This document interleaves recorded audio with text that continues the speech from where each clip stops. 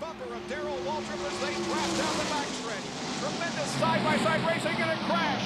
Mark Martin's car lifts off the ground but does not go over.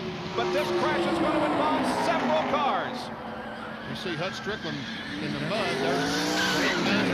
We know Ernie's a good race driver. He doesn't take that many chances that I've seen. He just races hard, and that's what everybody out there is doing right now. But yeah, I think it would clear the air if he'd just say, hey, you know, I messed up that time. Let's go racing here at Charlotte and get this all behind us. Don't you feel like that if you just come out and say, if everybody wants to blame me for the accident, then I'll take the blame so they'll quit talking about it? No, not at all, you know, because it's one of them deals when it is your fault, you stand up and take it. But I don't feel it's my fault. And I don't feel that there's anybody that knows enough about racing that can look at that and say, oh, well, it's this guy's fault or it's that guy's fault.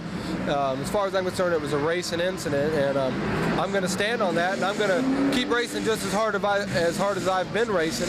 And you know, if they had a problem with that, I guess they need to talk to Dick Beatty.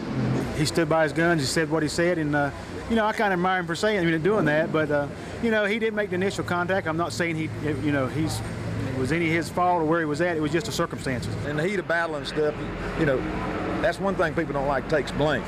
And the easiest thing in the world is go ahead and take the blame and say, okay, it was my fault. Then everybody respects them for that particular deal because, you know, everybody can see what happened. It's not a deal that, you know, it wasn't on TV. They run around on the backstretch and they hit each other and then they can all come back and have a different tale. I mean, there it is. They play it every day on TV, so it's kind of hard to tell as big a lie as what we used to get by with.